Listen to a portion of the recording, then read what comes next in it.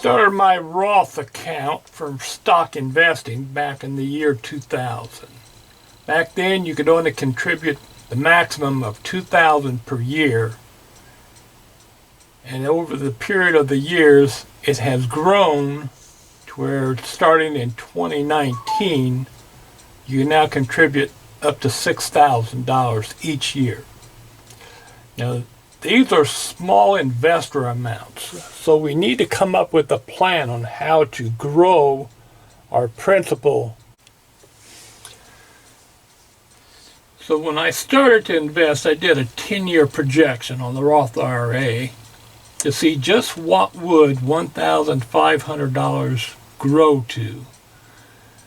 So the plan is buy a stock that bounces between $15 at the low and $20 at the high over a year.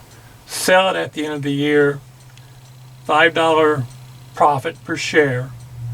Then we have a broker fee of $20, and that would give us what our net gain is. Broker fees have come down. This is what it was in the year 2000. It was $10 to buy, $10 to sell. Still tax-free, but you still have broker fees. So for the first year, we start out with the principal of $1,500, and $15 stock, we can only buy 100 shares. It goes up to $5 per share times 100 shares is $500, minus the broker fee, $480.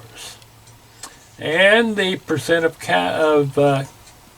profit, where you divide your gain by your principal, is 32%. Which is pretty good. I don't know where you could put any amount of money and earn 32% return on it. So, starting in the beginning of year 2, you would take your net gain, add it to your $1,500 principal, and you now have $1,980 to start the year with. And that will buy a $15 stock. Let's say our stock came back down. There are stocks that do bounce up and down small amounts over several years. So now we can buy 132 shares. Stock goes up $5. 5 times 132, $660. Minus our 20, net gain of $640. So we start year 3, add 640 to 1980, and you come up with 2,620. So we continue that same program until we get down to year 10. And you see here at the end of beginning of year 10, anyway, this is what you had to start at the beginning of year 10.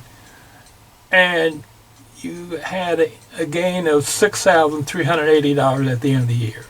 So we would add these two amounts to get what our total gain would be at the end of year 10.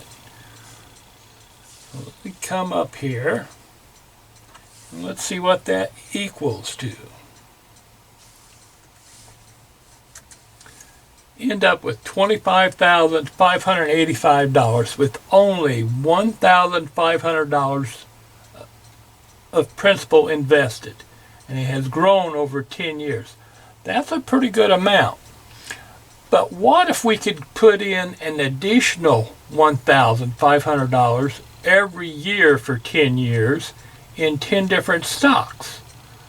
So all we have to do really is just add all of these numbers in this column, and that would give us our sum of what it would be at the end of 10 years if we had 10 different stocks and we increase the number of stocks every year from 1 to 10. Take this over. $96,975. That's a lot of money to me. And it may be a lot of money to you. So we've given ourselves a plan to get started.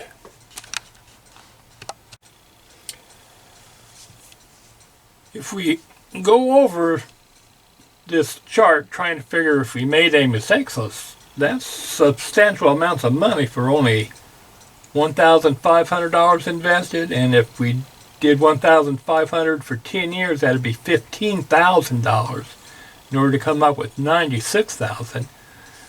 There's some key points that stuck out to me. End of year 4, our net gain was $1,500. That's what we started with our principal. That's just our gain, and we're up to $4,600 now. And if we look at around 500 shares, you see that the profit on that of a $5 gain in stock price is $2,000. This is starting to be good money that can add up. And it's a pattern. And if you come up to around 900 shares, you see that you can grow 4,000. And when you get up to 1,000, that's a goal to go for. Because if you do a quick summary, it's going up. If you buy 1,000 shares and it goes up $1, you've made $1,000. That's serious money. If it goes up $2, you made $2,000. 3,000, 4,000, 5,000 a year. That's pretty good growth. That's how this can grow so quickly up to the amount that it does.